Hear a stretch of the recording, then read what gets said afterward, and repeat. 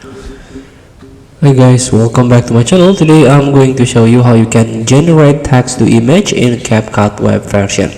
So all you have to do now, you can open CapCut and try to sign in with your account. And if this is your first time, you can try to sign up, register with your account in order to use all the service, all the feature that CapCut provide. Let's start by click on a magic tools. Scroll down and try to find for images. So here, this is the text to image, generate image with text prompt. You can click it. And here, how to generate creative image and based on what prompt. This is the example. Let's try to play it.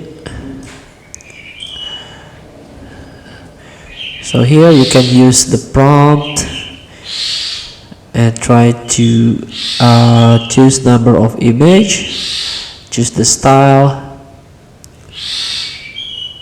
and so on. Let's just start with use this prompt, or you can enter word your own prompt and choose the image. But let's try with this template, 3D high quality AK masterpiece, and so on. Use this prompt, high quality AK masterpiece, film lighting, fire mage, action shot magic, and so on. Now you can choose the aspect ratio or number of image. Just try 2 with the landscape aspect ratio. And this is the computer game, American cartoon. Let's try the cyberpunk and generate.